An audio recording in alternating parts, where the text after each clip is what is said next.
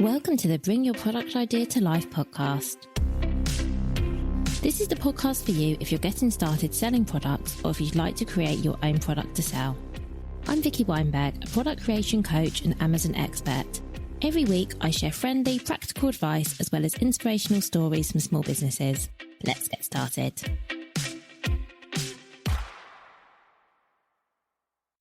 Hello and welcome to this week's episode of Bring Your Product Idea to Life. So today I'm speaking to James Fields, the founder of Swan and Edgar, a British watch brand. James's watches are inspired by British heritage and he's on a mission to bring back watch manufacturing back to Britain.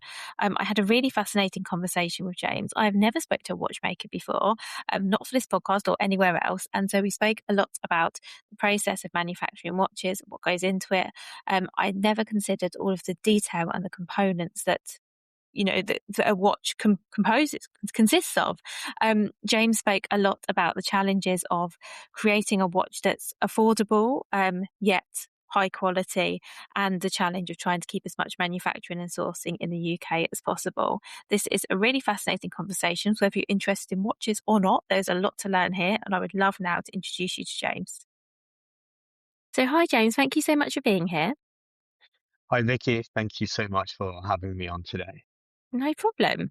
So can we please start by you giving an introduction to yourself, your business and what you sell? Yes, absolutely. I'm James Fields and my business is Swan and Edgar. It's the main brand under our company name, Fields Luxury Limited. We design and make a British heritage branded watch brand. Namely inspired by the late Swan and Edgar department store. So we do manufacture internationally. We've been increasing our assembly and regulation of the watches in the UK, and we sell both direct to consumer and B2B. Amazing, thank you. And I've got so many follow-up questions, but I'm going to start right at the beginning because when I did a little bit of research into you, James, I saw that your father worked in the watch industry. And so from reading your story, it sounds like watches were a part of your life from quite early on. So I just wondered what that was like for you growing up and how that maybe impacted what you do now. Yeah, I think it's been a big part of my life growing up, and it was very interesting growing up around it because I think as much as there was a watch theme, there was a very strong entrepreneurial theme as well, because my father also did a lot of real estate. Unfortunately around the crisis time, but we'll go into that later. And I actually ventured into investment banking, but I feel like those deep kind of resonant experiences growing up just brought me back into that entrepreneurial world and namely watches specifically. Thank you. And am I right in thinking that you started out selling watches online and via TV shopping? Is that correct? Yeah, so as I started, I did not know much about branding and marketing. And when we actually started with a slightly different brand. It was less well known, and I came from investment banking, and for me, the easiest way to get going would be B2B. So rely on someone else's audience and that other business for driving that traffic and marketing and the branding side of the platform. And we started in particularly maybe less traditionally sexy channels like TV shopping and discount channels. But as I've matured into the business and learned a lot more about watches, watchmaking, I've gone very deep down that rabbit hole alongside branding, marketing, art direction, and all of these things. The type of business we're doing today is very different, and I can go into that when you wish. Yeah, that would be great. And so the watches you were selling initially, were they your own brand or were you a reseller of another brand? They were always our own brand. But as I mentioned, the type of watches that we were doing back then versus today are quite different. And so what made you take the leap from investment banking to selling watches? Yeah, I think growing up, being around my father, who was a key influence in my life, was a big part of it. And I think going a bit deeper than that, it was really being in control of your own destiny, that liberation from that, but then also the ability to actually create something yourself. I think that concept was incredibly fulfilling.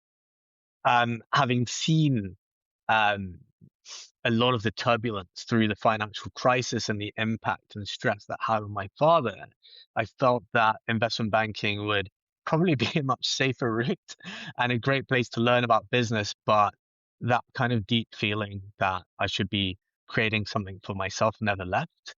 And after a couple of years in investment banking, learning some brilliant skills that I would never kind of take back today, that I still use today. Um, it came time where I couldn't ignore that feeling, and it was just building more and more in my life as the days were going on, that I need to be doing something for myself. And watches were kind of a natural transition considering the theme that it played in my early life. Yeah, amazing. Thank you for sharing that. And so that was the first brand that you had. At what point did you decide that actually you wanted to pivot and start a different watch brand? And I guess what was in your mind the difference going to be between the watches you were originally selling and your vision for Swan and Edgar?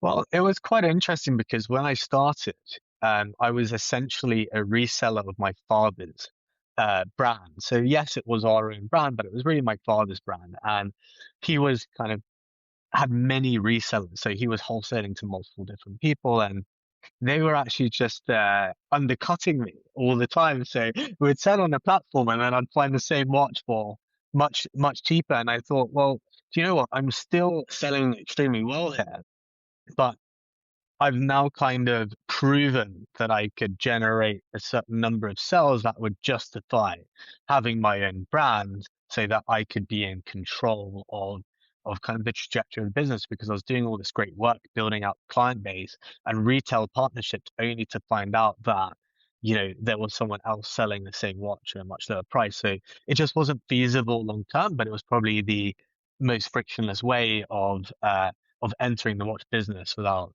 I think, giving my father a heart attack at that time, because I'd already spent a lot of time learning. I took a master's in finance and learning my way around investment banking, and it wasn't really an established business when I moved across. And I think he was still kind of finding his way in it, way back into it, rather, despite obviously being in it for a long time.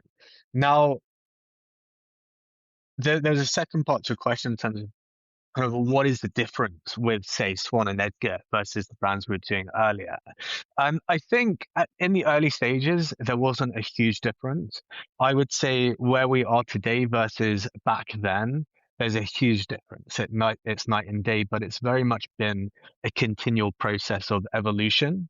And I'd say in the last year and a half, we've really focused on the direct to consumer element. And what that really does is it allows us to invest much more heavily into the product, because you have direct to consumer margins rather than wholesale margins. And as a result, you can go much deeper down that rabbit hole of bringing out much more serious and sophisticated product.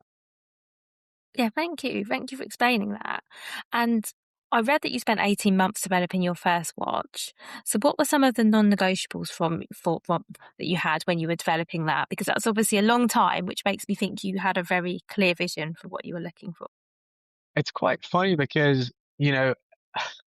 at the time it felt like an incredibly long period of time, primarily because the watches we were creating before were they were good watches, but they were simpler in terms of execution. And actually, when you get into these higher price points, a year and a half is quite typical. So it's not, I would say, dramatically longer. I'd say you could squeeze it Okay. down to a year. But in terms of non-negotiables, that's a very interesting point, because what you come to learn in the watch world is very, very small details mean a lot. So the difference of, for example, having a stone dial and a date window means cutting into the stone um, to show the aperture of the date window. And so some people hated the fact that we didn't frame it with a metal ring, and some people preferred it without a metal ring. Some people didn't want the date at all, despite the fact it being a very small part of the dial. And so when it comes to product development, if the details do not match the brief exactly the way they are, and it's any small compromise, even if you think, well, no one will notice, you do have to preserve your brand for the long term, and any small detail can delay the project at a minimum of 4 months. And so you often find yourself in a position where you're making highly uncommercial decisions because you might have all the assets ready, the marketing budget. You've also bootstrapped this yourself. So there's a lot of capital tied up into the project and you really just want to launch it. But there's a small detail on the dial or the execution of a marker isn't quite the way the brief was. They have to reprint the dial, send the samples again for approvals. It's another 4 months. And so I think that's been the biggest kind of transition and a big part of why the projects take so long as well. And it's quite interesting because they're going to actually probably take longer moving forward because we are going for much more ambitious projects, each project that we make, particularly because it is such a long period of time. We want to make sure we're only working on projects that are really going to change the game if we're going to invest 2 years of our time in the business into it. That's really interesting. I honestly hadn't considered how much goes into a watch. So how many small details sort of add up to make the finished product. That's so interesting. And when you're making all of these decisions about, like you said, like the cutout windows, and we have the time and date, and I'm sure there's many other things, sort of handles and dials and all sorts of things I haven't, straps, and a lot more than that, I know. When you're making these decisions and thinking about these small details, are you being led by what you want, by the feedback you're getting from customers, by what you're seeing in the market, or is it a combination of all of these? I think a lot of brands would say it's the market. And as a result, what you find is all of a sudden on your Instagram feed, you're being hit with releases of very similar watches. Once it was jump hours, then it was stone dials, and there were themes. But for us, one thing that I've tried to do is, yes, keep a commercial eye on those things, but really, as I get deeper into this, it's about identity. It's about who are we as a brand? What are we trying to do? Who do we represent? And how does that express itself within our design philosophies? And therefore, once we build out our design philosophies, how do the numerals look? You know, how do the hands look? How do these elements come together in a cohesive manner such that you will instantly recognize a Swan and Edgar watch without needing to even see the logo on the dial? So we've actually undergone a huge development piece of building out our design codes. And to give an idea of how this reflects back to who we are as a brand, we're about British heritage. So we looked into how we could incorporate design codes from British horological history, of which Britain was at the forefront of development. We looked at what does it mean? What does British design really mean?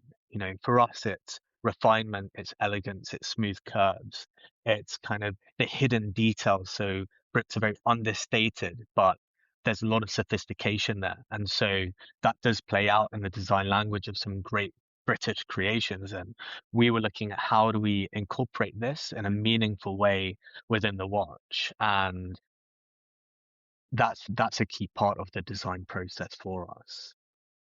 Thank you. So it sounds like, yeah, again, I'm just thinking, well, gosh, there's a lot involved in creating a watch.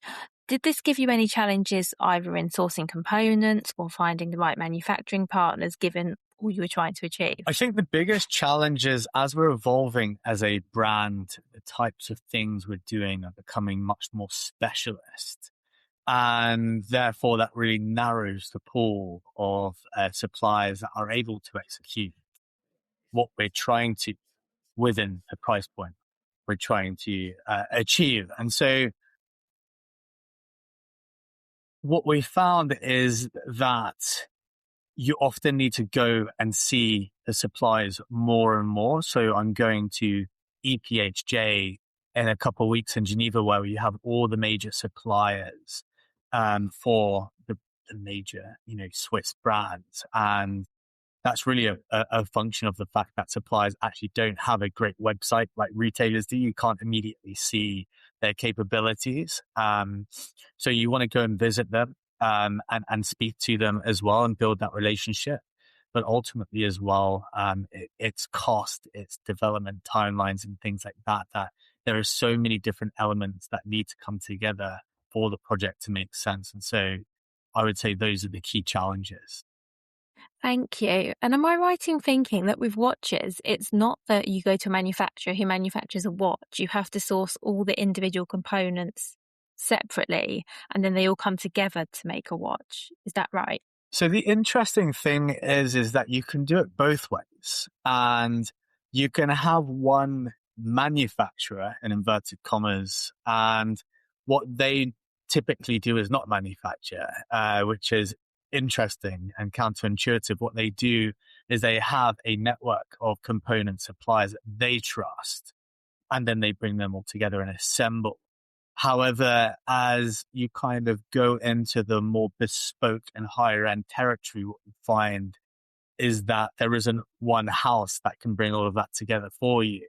You need to go and find and build your network with all the different component suppliers in order to shape the watch custom for your brand. And to give an example, there are movement manufacturers that are off the shelf, but then there are customization module suppliers elsewhere, and the two need to come together. And I think that the real challenge is that you're dealing with such small margins for error with each of the components. So if, for example, the hole where the hand connects to the movement, the cannon pinion of the watch, which is supplied by a different component supplier, is even a fraction of a millimeter off, that hand isn't going to be flat. It won't be shock resistant. So there's a lot of testing that happens as a result, but you're correct. There are different component suppliers for different parts of the watch. That you've got the strap, the case, the dial, the hands, the movement, the crown, all different. A lot, isn't it? Certainly a lot to think about. Was there any part of the process when especially when you were developing your early watches, that made you question whether the product you envisioned was actually achievable? Like, taking all this into account. Yeah, I think this is a conversation that we have on a daily basis. And I think as we tend to lean more ambitiously as the months go on, what we find is that what we're trying to execute is met with an increasingly forceful pushback by our manufacturers and our suppliers. And I think that's just natural. I think if you really want to do something different, then you've got to push the envelope of what is traditionally thought as feasible and go beyond that. And I think a lot of that is working with fantastic partners and also the ability to think outside the box and think of solutions to problems that previously are thought to be insurmountable, but approach them with an open mind and from different angles. And I feel like that's part of the challenge. That's part of creating value, right? And that's what we see as creating value. And I think that justifies your point of being in the market. I think if you are executing on products that are easily achievable, then I feel the value that you're bringing to the market may not be as great. That makes a lot of sense. And something that I found really interesting when I was doing the research before we spoke was that you use techniques and materials that are normally associated with watches costing a lot more. To know, how are you managing to balance the craftsmanship of your watches with creating something that people can still realistically afford? Because that must be quite a balancing act. Yes.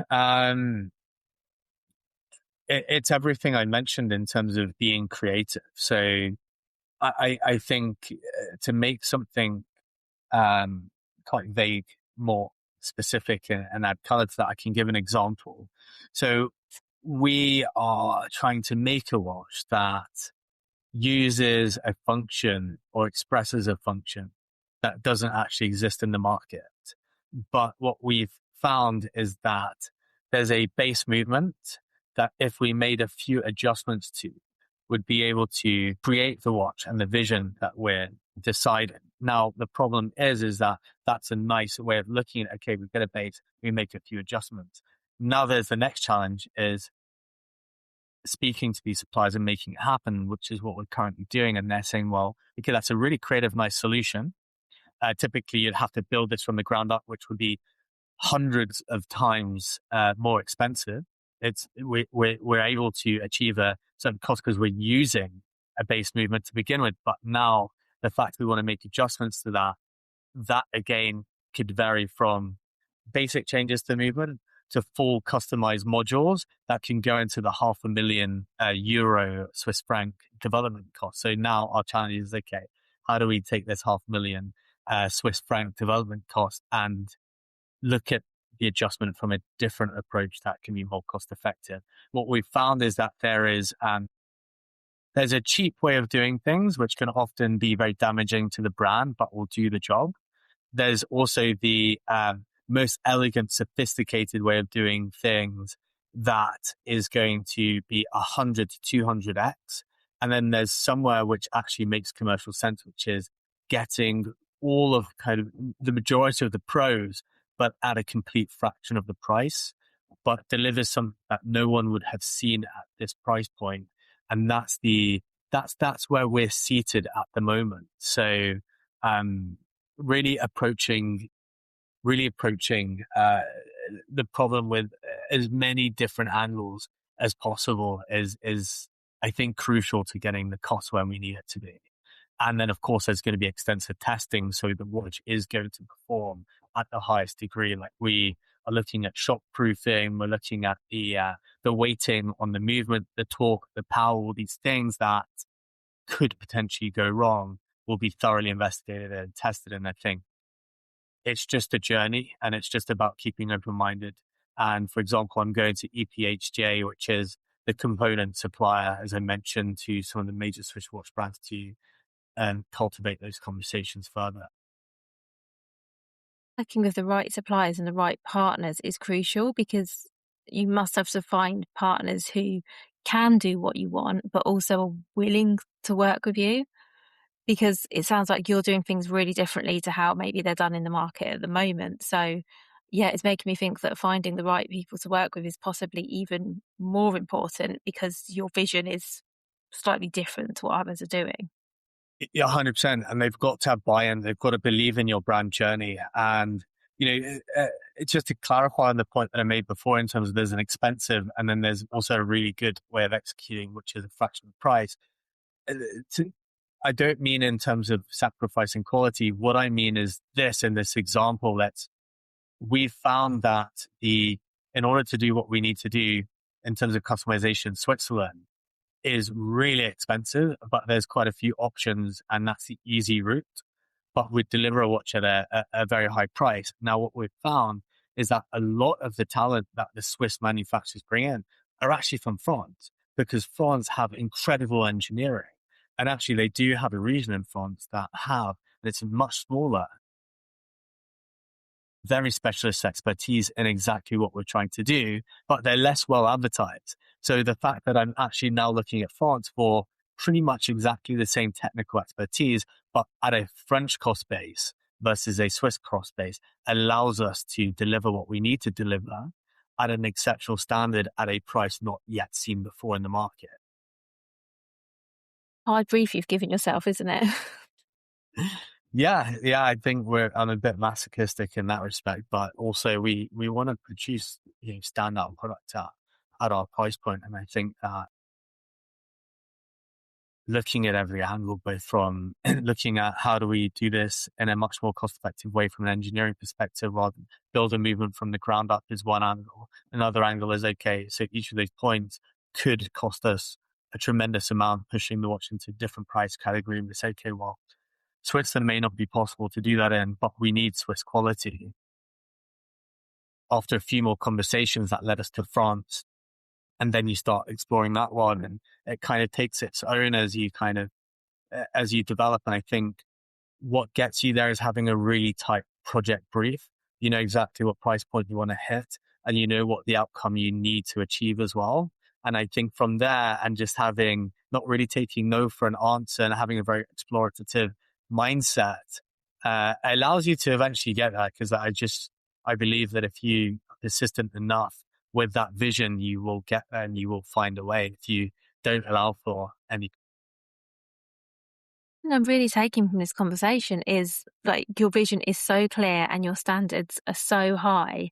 And it sounds like you're not wavering at all. It's like this is what you want and you're finding solutions, which I think is really good, because I think it can be tempting if you're not crystal clear on exactly what you want. It can be easy to end up with something that you don't quite want because it's either easy or it's cheap or convenient or whatever the reason is. So yeah, I think it makes a lot of sense to have this like watertight idea of this is what we're doing. And I'm sure that must help when it comes to making decisions, because you've already decided what you will and what you do and don't want in your products. It helps a lot. I think that there have been many tempting solutions that I know would be good enough and probably sell very well and would help you get this product to market much faster. But I think ultimately, and I think this is one of the biggest lessons I learned in entrepreneurship, is actually keeping patience and having a longer term perspective are the ingredients to allow you to stick to that brief, because there's going to be lots of things that, whilst you may have a tight brief, that will tempt you away from them. So it's the vision is one thing, but the will is another, to stick to it. And I think what underpins the will is that understanding that nothing special is built overnight, as the cliche goes, and it's not even built in a year, and it's not built in 2 years. It's built over 5 to 10 plus years. And if you have that lens and that understanding and that ability to be long term, where most people play a short term game, I think that is a key point of difference, and that allows you to execute the vision as well. Now, I know you self-funded the business. Do you think that's changed the way you've made decisions compared to if you'd had any outside investment? That's a good question. I mean, I think there's pros and cons. You know, I think there would have been a lot of things I would have been able to do a lot faster and move the brand along faster. But I think equally, I would have made a lot more mistakes. I think needing to be incredibly disciplined, needing to understand uh, everything to a great depth and ahead of making a decision has been very helpful. But I think ultimately a lot of fear, especially at the early stage, stopped me from doing things that would have been very productive for the business. So I think, you know, not having the cash and bootstrapping everything makes you incredibly disciplined. It makes you spend a lot more time on how you allocate resource and being creative. It sometimes it pushes you to make mistakes, such as we've had lower price web developers end up costing us a hell of a lot of money because we just couldn't afford more expensive ones, and I had to spend a lot more time recruiting for that. Whereas if I wasn't bootstrapped, I'd be able to get a polished product and probably start converting at a very good level straight away. But I think you learn a lot bootstrapping. There's pros and cons, but I think ultimately it's made me much more disciplined in my approach to business, deploying capital and decision making.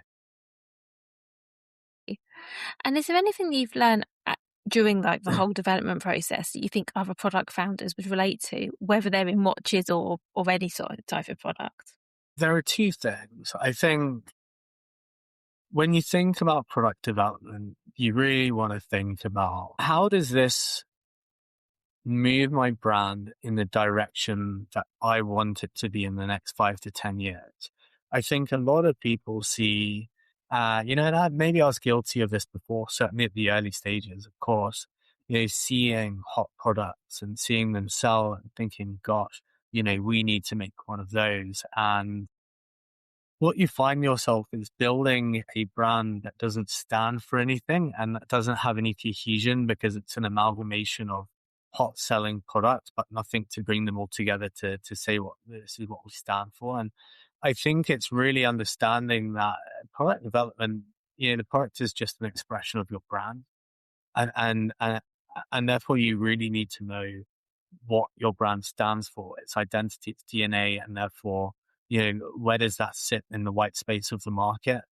And then trying to build a product roadmap that's downstream from there that fills that white gap and expresses who you are as a brand in the most authentic way possible, rather than making a product because you think it will sell or because other people are doing it. I think now more than ever, they need to be distinctive, to be different, to have a voice that's authentic to what the brand stands for, and the product be downstream to that is more of a rare commodity and more of a valued commodity than ever before in the world of a frictionless e-commerce environment. And if there's anyone listening now and they've got an idea for a product and they'd love to create it one day, what would you like them to know before they even get started?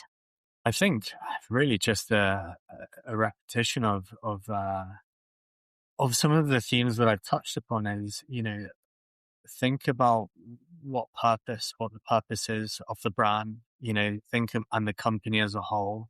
How does the product fit in with that? I think away from that is do not underestimate how long the process is. It really takes a long time and you need to be okay with that. I think when you start and you're often so excited and you're rushing to get the product out there and start making sales or start delivering that to the customer, and just do not underestimate how long it takes and keep patience because it is a journey. In watches, we have a particularly long product cycle, a year and a half to 2 years. So just keep that in mind. That's how long it can take to build something of value. I think that's really useful for people to hear, because I think often things happen quickly, because that's sometimes if you're looking online or you're reading people's stories, it can appear that things happen overnight or they happen really fast. So thank you for being honest and explaining that things do take a long time, because I think that's genuinely something that people need to hear, because I wouldn't want anyone listening who's a year or longer into their product development journey to think, oh well, I should have my product by now, it should be selling, because that's not always the case. So thank you for sharing that. Completely agreed. I have a friend who's making a clothing brand, and she's having copyright issues that are even stopping her from getting to the first sample stage, because she's not doing sportswear, but there's a sportswear company that has a similar name but for sportswear, and now she is finding herself in a battle with them, and now she can't even produce the first sample with that logo on her apparel. And so things like that can pop up, and I think it's very easy to start excited and get very deflated in that process of creating the product, because a nice Figma, PowerPoint, Canva, Photoshop, whatever looks great, but getting that visual into a physical product is a different world. And what it takes to get it into fruition is a very long, arduous, and technical process. And just being aware that there are going to be a tremendous amount of challenges to get it to the first product will allow you to endure that. Because certainly from my friend's perspective, I think she was very close to quitting. And it's just about understanding that is very normal and everyone goes through that hardship, and it only gets easier on your next go. It's developing that skill. The start is always much tougher than obviously the longer term. And I think you're right. I think going in knowing that there will likely be setbacks, there will likely be issues that crop up at all stages of the process. It's just good to be forewarned, isn't it? Because it can completely knock you if you're expecting everything to go smoothly. So thank you for that. I've got one final question, James, and thank you again for everything you've shared. I would love to know, what's the one thing you'd like people listening to take away from them? What's the one piece of advice or thing you'd like them to think about when they go away? I I think the one piece of advice, I mentioned it earlier, is in a world where attention, is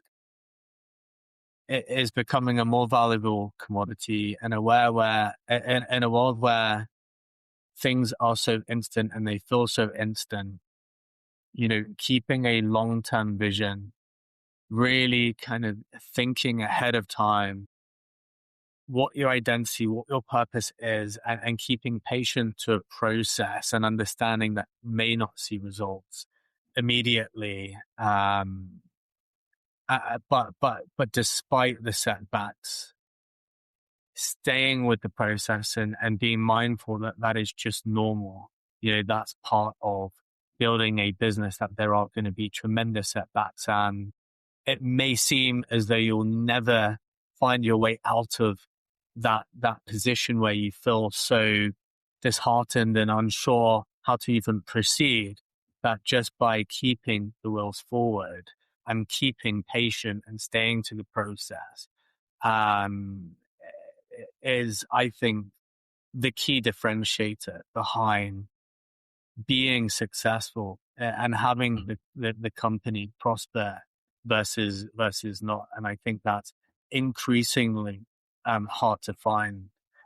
In addition to that, what I would say, which is quite different, is just how tremendously useful AI is becoming. Even from basic things, from branding and product development, and watches is incredibly technical. It was useless a year ago. I was asking it some questions around manufacturing issues, and today the responses are exceptionally good. So I know you asked for one, Vicky, but as a second, I would Right. say it's only getting better. And I think it's so hard to find custom advice specific to your challenge as a business that has all the context of your business to give the right advice that doesn't seem cookie cutter and understands all the nuances. Almost use like AI as a second brain, give it all the context, and use it as a sparring partner. It's not going to give you all the answers, and sometimes it might confidently lead you down the wrong path, but it can be a very helpful tool indeed to you. So I'd say, and it's only getting better. So as an entrepreneur, whilst I think the skills and the values of entrepreneurship is becoming harder to find in terms of keeping patient and keeping that long-term vision is going to be increasingly a useful commodity as times go on, namely because of AI and how immediate things are. I think the use of AI in parallel to that as a tool to problem solve is something to definitely be leaned on. That's really interesting. And it's interesting that you say that you've noticed a change in the last year as well.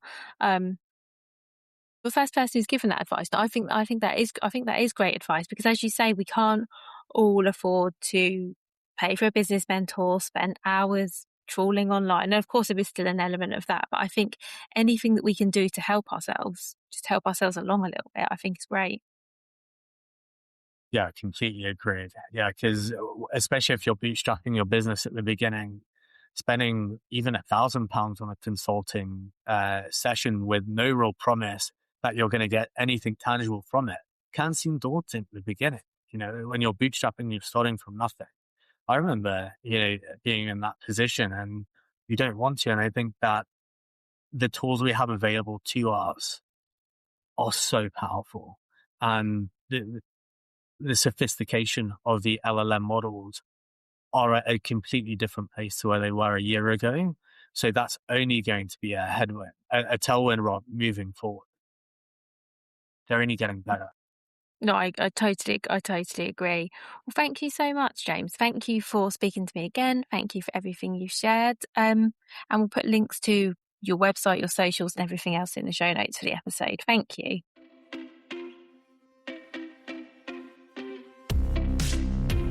Thank you so much for listening right to the end of this episode. Do remember that you can get the full back catalogue and lots of free resources on my website, vickyweinberg.com. Please do remember to rate and review this episode if you've enjoyed it, and also share it with a friend who you think might find it useful. Thank you again, and see you next week.